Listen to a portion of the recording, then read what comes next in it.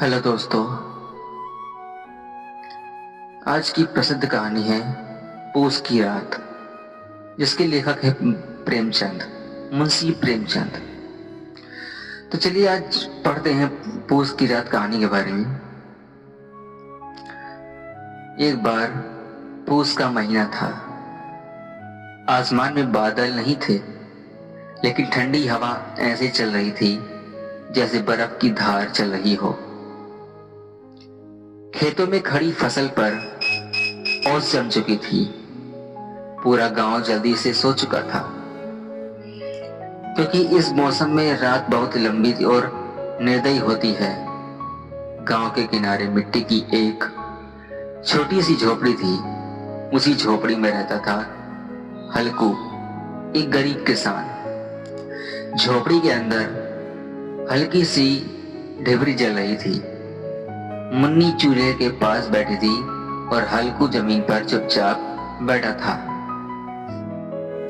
मुन्नी ने चुप्पी तोड़ते हुए कहा, आज फिर महाजन आया था। हल्कू ने सिर उठाकर देखा। क्या कहा उसने? मुन्नी बोली, कह रहा था अगर इस बार पैसा नहीं दिया तो खेत छीन लूंगा। हल्कू की आंखों में डर नहीं था, बस थकान थी और हार मान लेने वाली चुप्पी। थोड़ी देर बाद उसने धीरे से कहा, जो 3 रुपए बचाए थे दे दो। मुन्नी गुस्से से भर गई। वो कंबल के लिए थे। तुम भूल गए क्या? पूस की रात बिना कंबल कैसे काटोगे? हल्कू बोला, अगर पैसा नहीं दिया तो खेत भी नहीं रहेगा। झोपड़ी में सन्नाटा छा गया। आखिरकार मुन्नी ने पैसे दे दिए। हल्कू खेत की रखवाली करने निकल पड़ा। उसके साथ उसका कुत्ता जबरा भी था। खेत के पास पहुंचते ही ठंडी हवा ने उसका स्वागत किया।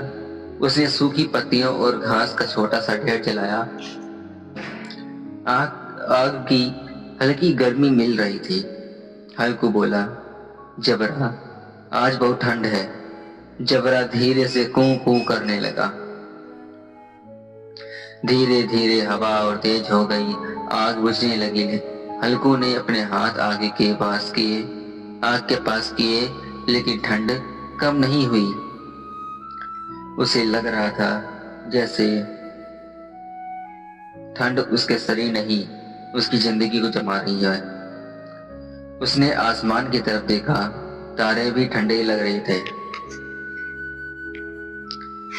हल्कू सोचने लगा, दिन भर मेहनत करो, फिर भी कर्ज, फिर भी भूख, फिर भी डर। उसे लगा गरीब आदमी की जिंदगी कभी आसान नहीं होती।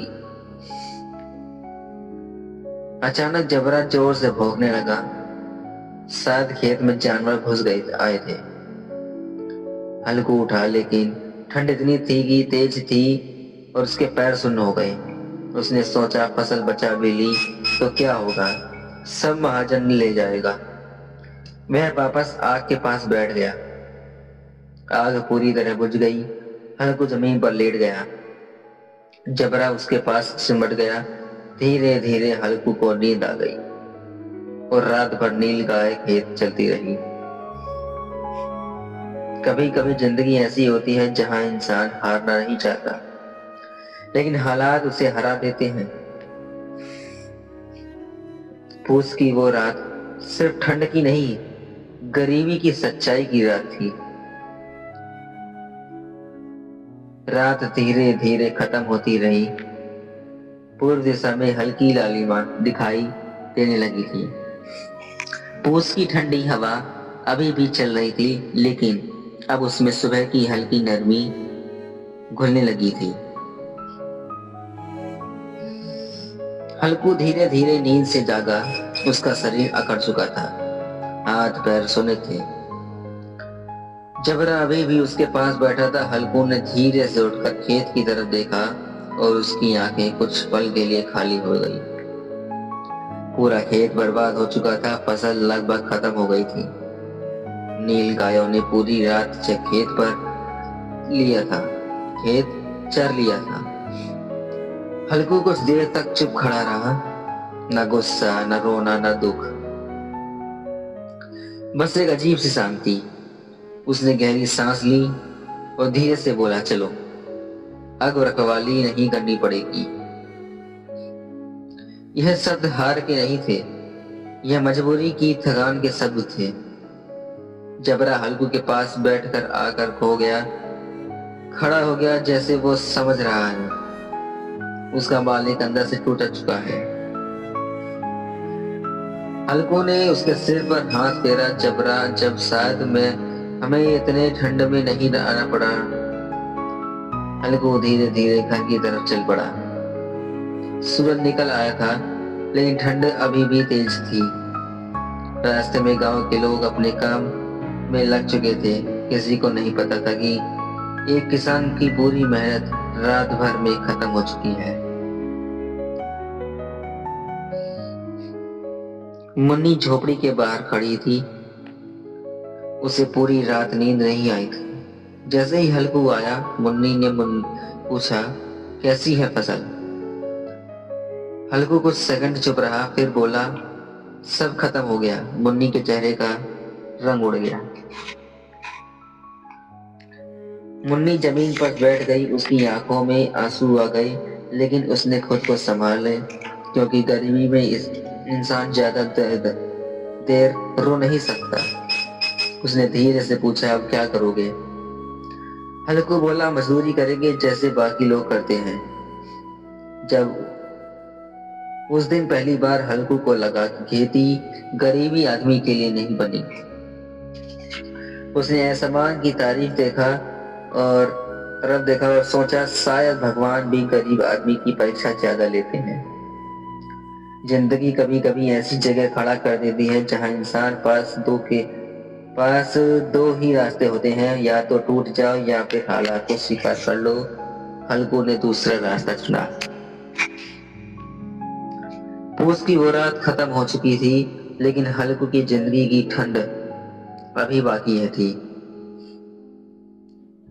लेकिन कभी कभी सब कुछ खत्म होने के बाद ही नई शुरुआत होती है। पूस की उस कड़वी रात के बाद हल्कू की जिंदगी पूरी तरह बदल चुकी थी। अब वह किसान नहीं रहा था, अब वह सिर्फ एक मजदूर था। सुबह होते ही यह गांव के बाहर चौक पर खड़ा हो जाता, जहां रोज मजदूर काम मिलने का इंतजार करते थे। एक दिन गांव के जमींदार ने उसे बुलाया। रघु, खेत में काम करना, मजदूरी मिलेगी। रघु ने बिना कुछ सोचे हामी भर दी। बल्कि मजदूर नौकर बनकर काम कर रहा था, लेकिन उसके लिए चेहरे पर अजीब सी शांति थी, क्योंकि अब उसे पूरा की रात खेत में नहीं कटने लगी थी। मुन्नी भी अब घरों में काम करने लगे। दोनों दिन भर मेहनत करते और शाम को घूमे आते, लेकिन अब एक फर्क नहीं पड़ता।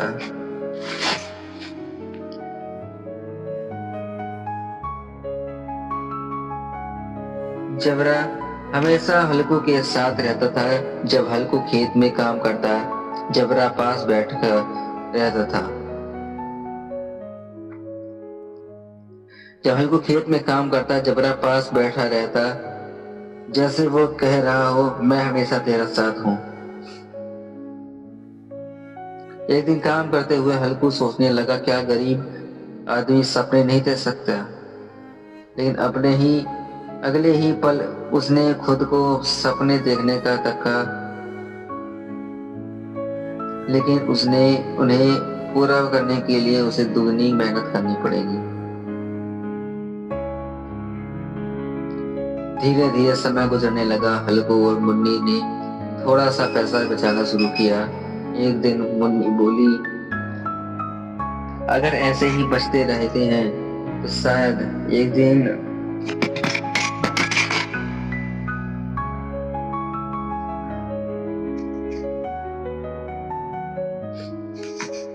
एक दिन मुन्नी बोली, अगर ऐसे ही बचत करते रहे तो शायद एक दिन फिर अपना छोटा सा खेत ले सकेंगे।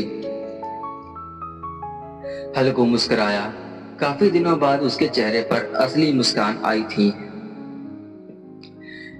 जिंदगी अभी भी आसान नहीं थी, लेकिन अब हल्कू टूट नहीं रहा था। अब वह लड़ना सीख चुका था। उसे समझ आ गया था गरीबी से लड़ाई लंबी होती है लेकिन नामुमकिन नहीं होती। कभी कभी जिंदगी हमें गिराती है ताकि हम सीख सकें कैसे खड़ा होना है। हल्कू गिर चुका था लेकिन अब वो खड़ा हो रहा था। पूस की वो रात हल्कू से बहुत कुछ छीन ले गई, लेकिन उसी रात ने उसे मजबूत भी बना दिया। समय धीरे धीरे आगे बढ़ता रहा। पूस की वो भयानक रात अब याद बन चुकी थी, लेकिन उसका असर अभी भी हल्कू की जिंदगी में था। अब हल्कू पहले जैसा कमजोर नहीं रहा था, उसने जिंदगी से लड़ना सीख लिया था। हल्कू अब सुबह सबसे पहले उठता, काम ढूंढता और शाम तक मेहनत करता। गांव के लोग अब उसकी मेहनत की तारीफ करने लगे थे। एक बुजुर्ग किसान ने एक दिन कहा, हल्कू, तू बहुत मेहनती है। अगर ऐसे ही काम करता रहा तो एक दिन जरूर आगे बढ़ेगा। ये सुनकर हल्कू के दिल में नई उम्मीद जगी। मुन्नी हमेशा हल्कू का साथ देती थी। वह बोली, हम गरीब जरूर हैं, लेकिन हारने वाले नहीं हैं। उसके ये शब्द हल्कू के लिए ताकत बन गए। धीरे धीरे दोनों ने पैसे बचाने शुरू किए। उन्होंने खर्च कम किया, जरूरत के अलावा कुछ नहीं खरीदा। कई बार भूखे भी सोना पड़ा, लेकिन उन्होंने बचत नहीं छोड़ी। जबरा अब सिर्फ कुत्ता नहीं रहा था, वह परिवार का हिस्सा बन चुका था। जब भी हल्कू दुखी होता, जबरा उसके पास आकर बैठ जाता। एक दिन गांव में सूखा पड़ गया। काम मिलना मुश्किल हो गया, लेकिन इस बार हल्कू नहीं टूटा। उसने दूसरे गांव जाकर काम ढूंढा। हल्कू को समझ आ गया था जिंदगी में जीत उसी की होती है जो हार मानना नहीं जानता। किस्मत इंसान की परीक्षा जरूर लेती है, लेकिन अगर इंसान डटा रहे तो किस्मत भी झुक जाती है। पूस की वो रात हल्कू की जिंदगी का सबसे बड़ा दर्द थी, लेकिन वही दर्द अब उसकी ताकत बन चुका था। समय बीतता गया, कई मौसम आए, कई चले गए, लेकिन हल्कू और मुन्नी की मेहनत जारी रही। एक दिन ऐसा आया जब उनके पास इतने पैसे हो गए कि वो गांव के किनारे छोटा सा खेत खरीद सके। वो खेत बड़ा नहीं था, लेकिन वो उनका अपना सपना था। मुन्नी की आंखों में खुशी के आंसू आ गए। हल्कू ने आसमान की तरफ देखा, जैसे भगवान को धन्यवाद दे रहा हो। इस बार हल्कू ने खेती पूरी समझदारी से शुरू की। उसने पहले ही सर्दी की तैयारी कर ली, कंबल खरीदा, लकड़ियां जमा की और खेत की सुरक्षा का इंतजाम किया। उसे अब पूस की रात से डर नहीं लगता था। समय के साथ जबरा बूढ़ा हो गया। एक दिन वो हमेशा के लिए सो गया। हल्कू और मुन्नी दोनों रोए, क्योंकि जबरा ने हर मुश्किल समय में उनका साथ दिया था। हल्कू बोला, जबरा, तू सिर्फ कुत्ता नहीं था, तू हमारा परिवार था। अब हल्कू समझ चुका था जिंदगी में मुश्किलें खत्म नहीं होती, लेकिन इंसान मजबूत हो सकता है। गरीबी पाप नहीं है, हार मान लेना पाप है। मुश्किल हमेशा हमेशा नहीं रहती, लेकिन मजबूत लोग टिके रहते हैं। कभी अगर जिंदगी तुम्हें पूस की रात दे तो याद रखना, हर रात के बाद सुबह जरूर आती है। पूस की रात वो हल्कू के लिए सिर दर्द थी, लेकिन उसी दर्द ने उसे मजबूत इंसान बना दिया। धन्यवाद।